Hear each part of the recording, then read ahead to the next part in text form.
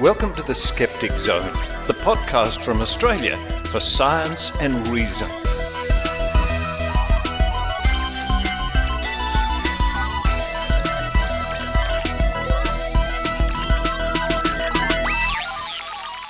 Yes, it's the Skeptic Zone podcast, episode number 621 for the 5th of September 2020. Richard Saunders here with you from Sydney, Australia. No, you need not check your calendars or your clocks or think you've travelled a day into the future. The Skeptic Zone is out one day early this week. A very good reason for that, because I wanted to really promote SkepTrack at DragonCon, which is happening right now as I speak. And that is a chock-a-block program for you to view on YouTube of skeptical talks. I'm giving a talk pretty soon. In fact, if you're listening to this and it's before Sunday morning in Australia, I'm speaking at 9:30 on Sunday morning. So this week's show is dedicated to SkepTrack and some of the fun times and memories, and basically promoting that skeptical outreach. We're going to start with our new reporter, Jennifer Hathorn, who I met in Atlanta, Georgia, about a decade ago, and she's going to be recounting some of her memories and the history of the SkepTrack at DragonCon in Atlanta, Georgia. Welcome, Jennifer, to the Skeptic Zone. And her segment's called Here's My 2 Cents Worth. After that, I eavesdrop live, so to speak, with SkepTrack as it's happening right now. I speak to Dr. Angie Matkey and Derek Colanduno, and I was very lucky to get them between talks, so to speak, a live crossover to the virtual DragonCon this year. Following that, it's my report about SkepTrack and the Solano Stroll from 2019, as reported in the pages of the Skeptic magazine, the journal from Australian Skeptics. Find out my impressions of DragonCon 2019 and the wonderful Solano Street Fair in Berkeley, California, where I was lucky enough to take part in some skeptical outreach. And if you go back about a year, and if you go back about a year on the Skeptic Zone podcast, you can hear my live reports from those events. Now, because the show's out a day early, it's an abbreviated show. This is the Reader's Digest version of the Skeptic Zone. So it's not as long as the normal show, but I'm sure you'll understand I really needed to get this show out a bit early. So people who didn't know really had a good chance to tune into the live SkepTrack events. But now it's time for me to stay right here, switch on my YouTube, and keep watching SkepTrack. While I do that, all right, I'll have a cup of coffee while I'm doing it. Maybe a pancake, some toast. I wonder if there are any eggs. While I do that, I hope you enjoy the Skeptic Zone.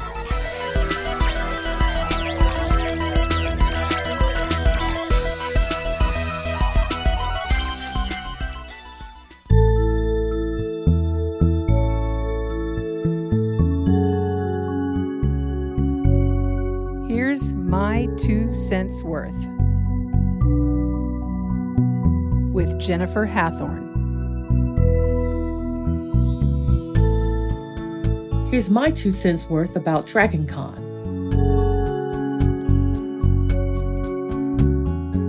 DragonCon is the largest annual multimedia popular culture convention focusing on science, science fiction, fantasy, gaming, comics, literature, art, music, and film. It takes place in Atlanta, Georgia on Labor Day weekend, which is the first weekend in September.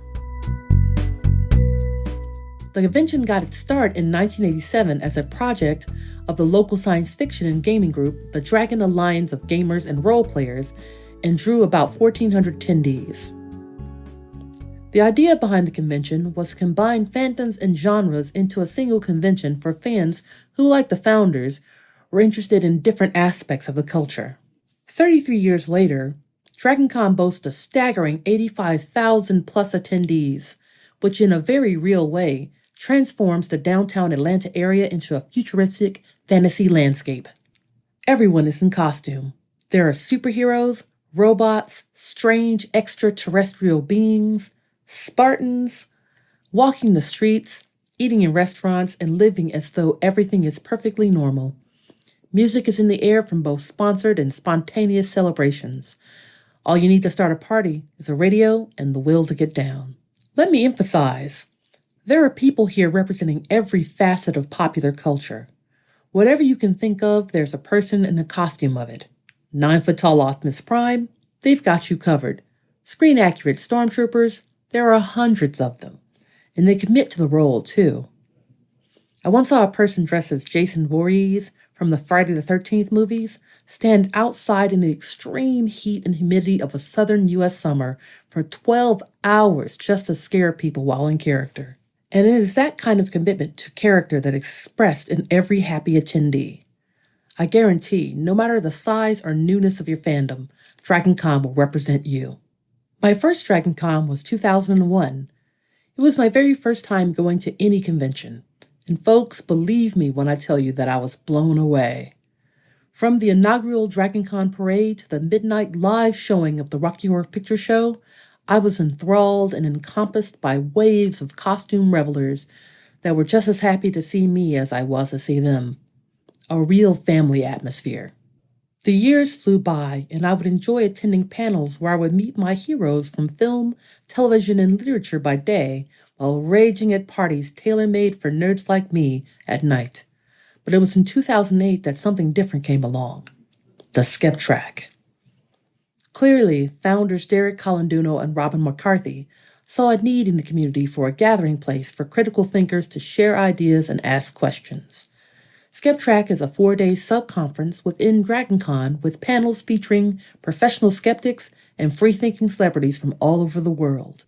In the early years, there were folks like George Robb of the Geologic Podcast, Dr. Phil Plait, the Bad Astronomer, the SGU, and none other than Richard Saunders and Dr. Rachel Dunlop from the Skeptic Zone.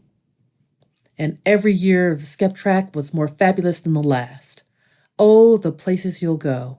I have so many favorites, but I want to speak about my all-time thrills attending the Skeptrack. Mandisa Thomas, the founder and president of Black Nonbelievers Incorporated, was a delight to speak with. Her organization's goals are eliminating stigma, increasing visibility, and providing support and networking opportunities around non-belief in the Black community and their allies. Mandisa was warm and wonderful and made me feel welcome in all of our conversations. Meeting the Skepchicks was awesome. Skepchick is an organization and blog dedicated to promoting skepticism and critical thinking among women around the world. Its founder, Rebecca Watson, was engaging, dynamic, and genuinely lovely to meet. Her grasp of how skeptic and social justice issues fits into the wider world is unmatched. The Skeptic Parade, a part of the DragonCon Parade, is a must-see event. DragonCon attendees can sign up and dress up as their favorite skeptical or science personalities and wave to thousands of adoring fans as you walk with your fellow skeptics and over 3,000 other marching costume conventioneers through downtown Atlanta, Georgia. And finally, there's the time I met the amazing James Randi. For those who don't know him, he is a Canadian-American retired stage magician and scientific skeptic who is responsible for the formation of the Committee for Skeptical Inquiry, the Amazing Meeting, and the James Randi Educational Foundation, which most famously held the $1 million Paranormal Challenge, which offered a prize of $1 million to eligible applicants who could demonstrate evidence of any paranormal, supernatural, or occult power or event under test conditions. James Randi is a great man and a master of deception. When he looked at me, it was like he could see right through the back of my skull. I was totally intimidated. But folks, let me tell you, he was the kindest, most caring person you'll ever meet. It was a sincere pleasure to speak with him. I was quite young at the time, and he took an interest in my budding science career. I was starstruck and babbling the whole time, and he listened. He really listened. Speaking of the amazing Randi, I asked Derek Colanduno, Director for Scientific Skepticism at DragonCon, if he had a favorite highlight from years past. He said that his favorite was when he got James Randi to come to DragonCon at the last minute, the same year that Alice Cooper was going to be there. Many fans of Alice Cooper don't know that it was James Randi who helped form the Alice Cooper signature look and character. James Randi was the one who helped design the stage show for the tour and was on stage for most of the time as different characters. Now, if you think that's cool, head over to the DragonCon videos on YouTube and watch the onstage event where they share all sorts of cool stories about their time on the road together. I've been privileged to witness a community of amazing skeptic talent that grew from just a few enthusiastic fans to one of the most significant skeptic events of the year in the U.S. Because it is a part of an ever-growing DragonCon, new people get to experience what it is like to attend a skeptical conference for the very first time every year. This year, DragonCon is going virtual and will be open for everyone to attend. You can check out details at dragoncon.org. I'm delighted to say that our very own Richard Saunders will be speaking this year all the way from Australia. Personally, I plan on being there for as many panels as possible. Even if COVID-19 keeps us physically distant, our community is still there.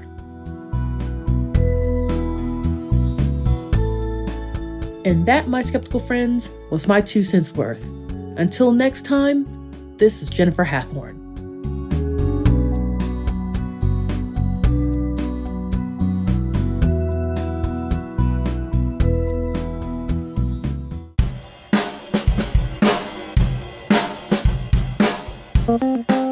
Skepticon 2020, the Australian Skeptics National Convention. Skeptic Activism Workshop with Joe Bedamu and Mandy Lee Noble. It is of no surprise, but of great frustration to those in the skeptic community, witnessing the false and often downright bizarre claims being made about health and medicine, spurred on by the recent COVID pandemic. Of course, pseudoscientific assertions have long persisted in all areas of healthcare, often causing harm or death as a result. Joe Bedamu and Mandy Lee Noble are no strangers to this, working in fields often targeted by misinformation and woo.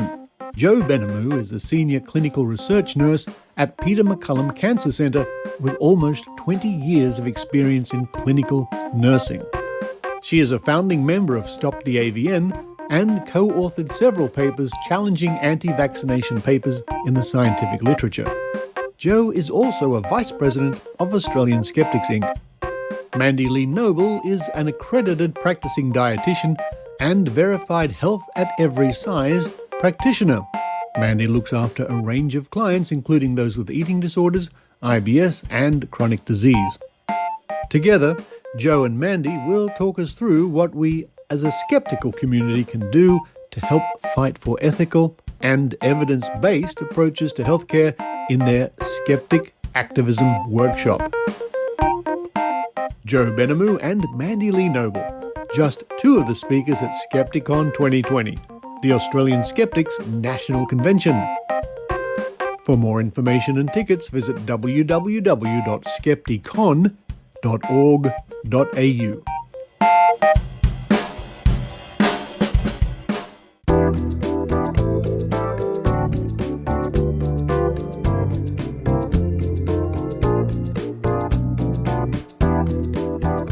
And joining me now on the line direct from the Skep Track at DragonCon, it's Dr. Angie Matkey. Hello, Angie.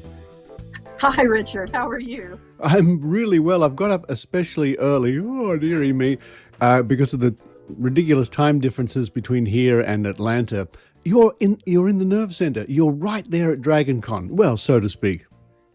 Well, we're at the virtual DragonCon. We're in the Skeptic Track virtual streaming that is being held at Calicoco Studios, which is Mark Ditzler's company. He is kind and generous enough to give us the absolute best AV that anywhere in the convention. And so we are live streaming today, tomorrow, through Monday, Monday in the U.S.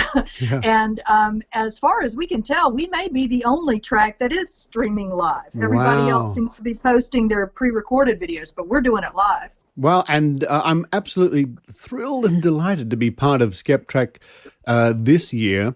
And folks, you can see me give a talk on Sydney time. It'll be Sunday morning at 9:30, but check your guides and everything. How's it been going so far? So far, we have been so lucky. We had a couple of little technical glitches early, but we've been doing fine ever since. Everyone has been so wonderful, even accounting for time zones. I'm, in fact, interviewing Lynn Kelly tonight from Australia. She is someone I have always wanted to get on Dragon Con, but just the travel is just prohibitive sometimes. And so I'm just delighted that we can have you and Lynn, and we've got Leo Igwe going to be calling in from Nigeria on Monday. We've got... we had a talk this morning from an emergency physician in Iowa on the relationship between love, whiskey, and adrenaline. So these videos are all available on the Skeptic Track video feed at the video.skeptrack.com. These are the old videos, and then you can also see these videos on the Skeptic Track feed on YouTube. I will certainly add to the link in the show notes, folks. But if you're listening to this show, it's out a day early. And if you're listening to it over the weekend, go stop, hit pause, or listen to the rest of the show, whatever you want to do, and check out the live feed from Dragon Con. I love Dragon Con. I was all geared up at the end of last year, excitedly looking forward to this year, 2020, as people will hear in the next segment, which is my report from about a year ago. And folks, I'm actually looking. I've got a sneak peek. I'm looking at Dr. Angie. You're standing in front of a green screen, but before you were sort of turning the camera around, and I could see all the amazing action there at the studios. That's right. Wow. That's right. Yeah, it's really exciting to have everybody here.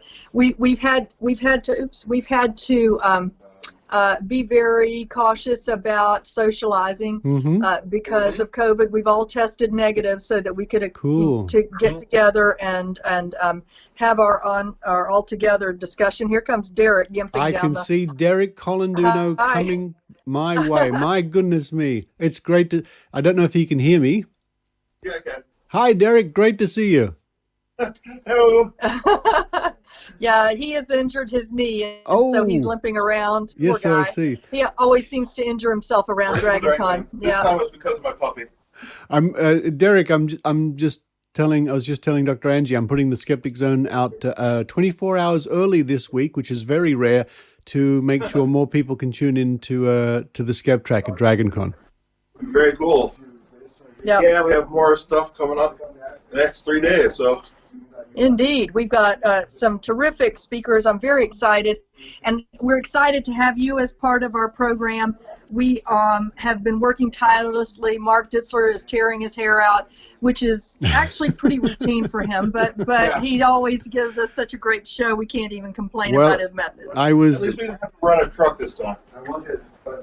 I'm sorry? We didn't have to rent a truck. Oh, right. We didn't have to rent a truck this time. Oh, yeah, of course. Well, I remember last year the setup was extraordinary, and Mark Ditzler and his company certainly did a very worthwhile job there putting it all together. It was just like being in a space station, their control panel. I seem to remember.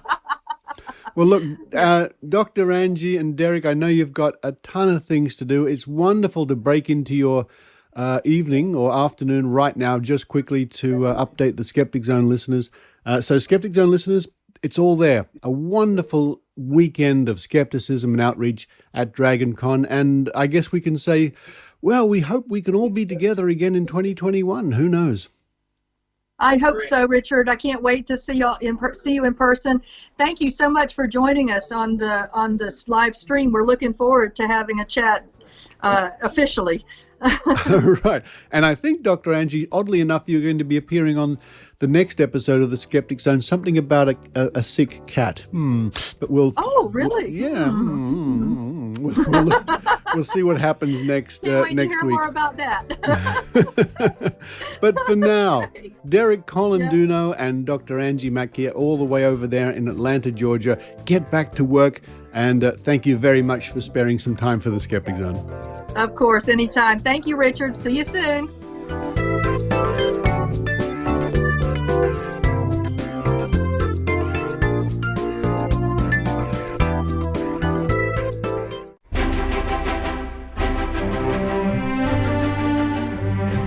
Principles of Curiosity is Skeptoid Media's 2017 film that teaches an easy method anyone can use to tell fact from fiction. And now, it's available on Amazon Prime. Principles of Curiosity teaches the 3 C's: challenge, consider, and conclude, as a way to learn what's real and what's just more pop culture nonsense. From the fiery depths of Death Valley to the farthest reaches of space, Principles of Curiosity puts the 3 C's to the test. Search Amazon Prime for Principles of Curiosity. Watch it, enjoy it, and give it a rating so it'll be suggested to other Prime customers who need it. Principles of Curiosity from Skeptoid, now available on Amazon Prime.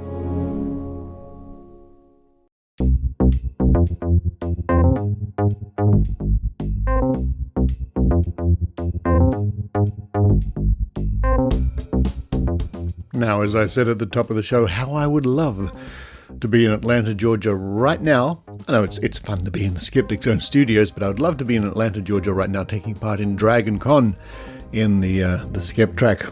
It's a crazy experience and a wonderful chance for outreach. So I thought I would read to you my official report for the Skeptic magazine, the journal from Australian Skeptics, of course, not to be confused with other magazines of the same name. My report about last year's Dragon Con 2019. And this report appears in the Skeptic magazine, volume 39, number 4 from December 2019.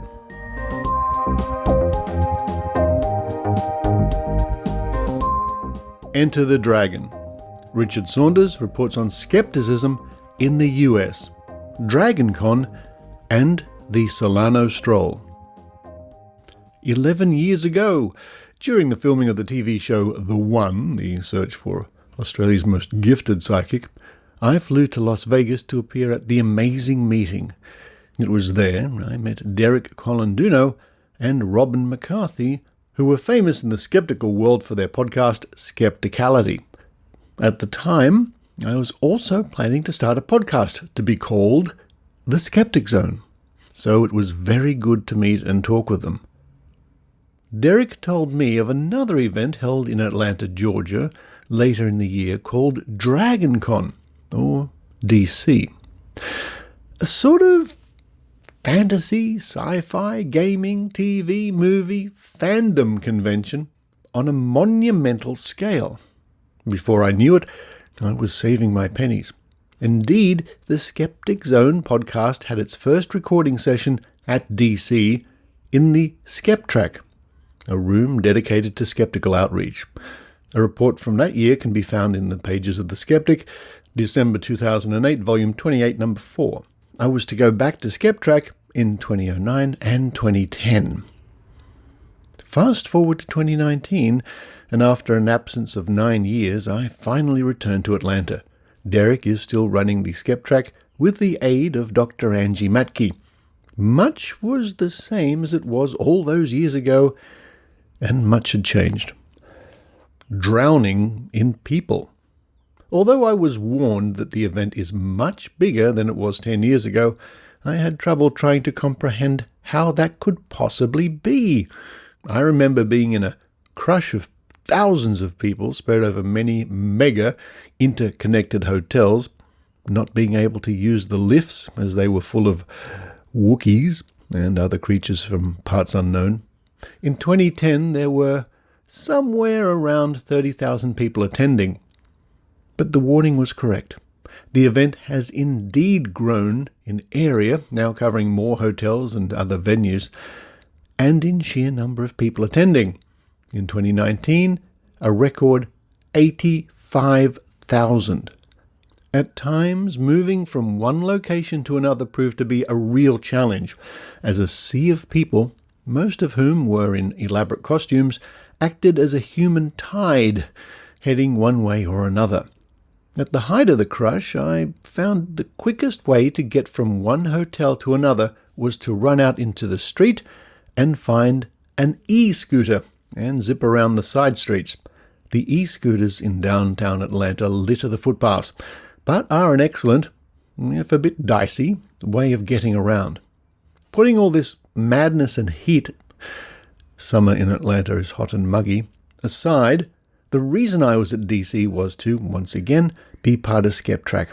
This is a large room on the first floor of the Hilton Hotel with skeptical talks and presentations every day over the 4 days of DC. Track is the name given to an area set aside for a certain theme. So there was a science track, an animation track, horror track, and so on. Anyone who has a general ticket can simply walk into the room, find a seat, and see the presentations. This means the SkepTrack room gets a lot of drop-ins, people who stick their nose in to see what it's all about on their way to a Star Wars talk or to meet George Takei from Star Trek. Yes, he was at the event, as well as a smattering of other heroes and heroines from time and space. Derek put me on several panels, including one on end-of-the-world hysteria. People for millennia have been preparing for the final curtain of planet Earth.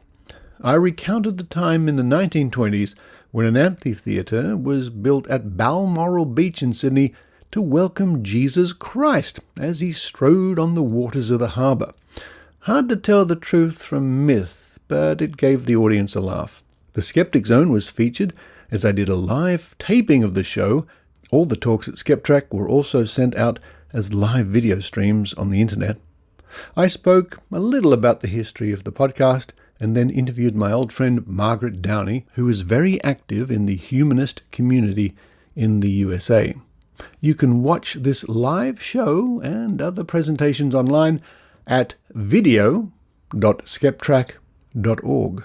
Other highlights included me being a guest rogue on 2 recordings of the Skeptic's Guide to the Universe podcast, attending other tracks and talks, taking part in the DC Street Parade, dressed as Epicurus, a Greek philosopher from 200 BCE, and getting lost on the 4 or 5 huge floors of the Vendors building.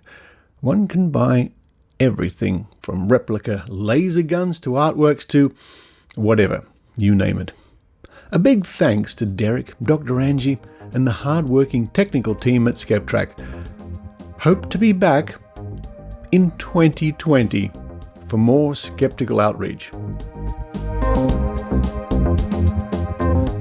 Well, as you know, I am back. I am back at DragonCon this year, virtually. And I'm very pleased to be able to be part of it again in one way or another. But this article goes on, Solano Avenue Stroll. Meanwhile, on the other side of the US, I was invited to volunteer at the information stall of the Bay Area Skeptics at the Solano Avenue Stroll. Since 1974, Solano Avenue and the Twin Cities of Albany and Berkeley, California, have hosted the Solano Avenue Stroll, one of the largest street festivals in the USA. Thousands of people march at a leisurely pace along the 3.5 kilometers of the fair, stopping to visit the hundreds of small stalls and tents along the way. With the crowds wandering by, it is a great opportunity for outreach. But how to get the punters to visit the stall? Bay Area skeptics have come up with a simple and fun way to get people interested. A test of one's psychic powers by way of telekinesis. Can passers-by influence the roll of a 6-sided die with mind power alone? The test was quick and easy, as our would-be psychics chose, in secret, a number from 1 to 6 from a series of labelled cards. They put that card in an envelope and hid the other 5 cards under a bowl on the table. Then they would roll a die into the bowl 10 times, each time willing the die to rest with the chosen number face up. After the 10th roll, the number they originally chose would be shown and we would work out the maths. How many times were they successful and what that meant statistically? Needless to say, at the end of the day, the results of the about 45 trials fitted nicely into the bell curve predicted by pure random chance. There was no evidence of any paranormal influence. No one seemed disappointed, although one woman, who scored 4 hits out of 10, said it confirmed what she already knew, that she was indeed psychic. It was a busy but pleasant day, with people chatting to us to find out more. I noted that more than a few people thought that we must also be climate change skeptics, the curse of the word skeptic being used in the mass media. We also had a truther swing by, who demanded we tell him what our opinion on the 9/11 attacks are. When I replied they were the results of terrorism, he exploded with a rant about Professor so-and-so proving that the microdust could only be produced by this or that explosive, and on and on and on. Well, I said calmly, there you go, and smiled. Amazingly enough, he shook his head and stormed off. A victory, for my sanity at least. Thanks to Dr. Eugenie Scott and the Bay Area skeptics for letting this blow-in from Australia take part in the Solano Stroll. And that was Enter the Dragon. Richard Saunders reports on skepticism in the US, DragonCon and the Solano Stroll. And you can read that for yourself in the Skeptic magazine, volume 39, number 4. And I think that issue will be online, free to download in the coming months. But of course, you can read many back issues of the Skeptic magazine going back to 1981 at www.skeptics.com.au, and maybe you'd like to do what I did. I went to that page and I downloaded the complete back catalogue to my iPad and put them in the Books app. So they're always there at my fingertips.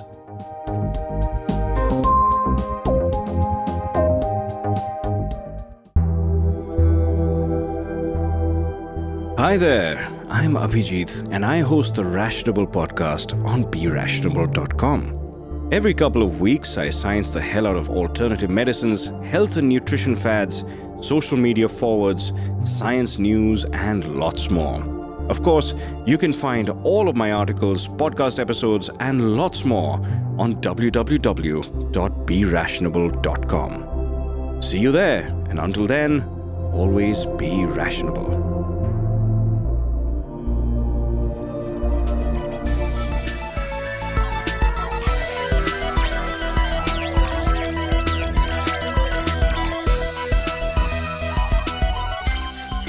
Thank you for listening to the Skeptic Zone. And now I hope that's whetted your appetite and you can join in on the interesting live presentations, direct, more or less, sort of, from DragonCon and the Skep Track. Coming up on next week's show, the strange case of a New Age vet and a sick pussycat. I wonder what that's all about. And, of course, as ever, I can't look into the future, so we'll just have to wait and find out. Thank you to those people and those new people who have recently chimed in to support the Skeptic Zone at Patreon or PayPal. If you go to skepticzone.tv and click the obvious link, you can certainly help out there. And I must admit, I think next year, the whole show, well, 90% of it is actually produced off an iPad, believe it or not. And maybe it's time that I eyed whatever model is coming next to the iPad. So your contributions do directly help keep the show going in many ways. The microphone I'm speaking into right now, which is being fed into another unit, which is being fed into the iPad, all paid for by Skeptic Zone listeners. So I'm very, very grateful indeed. And it means that you and everybody else can keep, hopefully, enjoying the show. But for this week, this is Richard Saunders signing off from Sydney, Australia.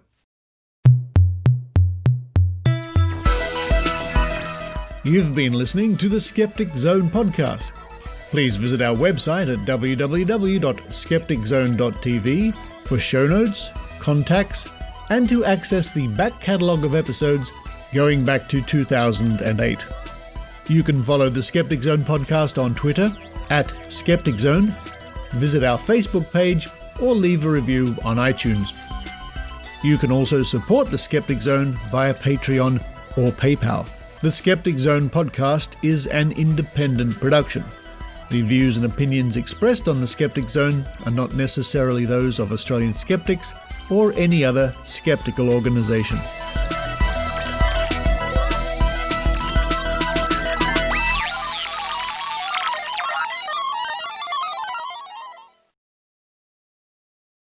Hello to the people who listen after the music. I haven't forgotten you. I don't think we've done... Did we do this last week? I can't remember. No, we didn't. We didn't do this last week. It's the dice game. I roll a 10-sided die, and you have 3 opportunities to foresee the number, which has already happened by the time you hear this, but that's just the quantum strange world we live in. First number coming up. Whoops. I keep dropping it. Here we go. Today's first number is 6, right? 6. And if I ever see you in person, once we get back to live talks and events and conferences and stuff, come and say hello and I will give you a Skeptic Zone 10-sided die. Here we go, next one. Next number is 10. 6 and 10. Some people out there already have one. I've given them over the years. Maybe they're playing along. 6, 10, the last number coming up. Here we go. Oops. 9. There we go. Today's winning numbers. 6, 10, and 9. I wonder how you went.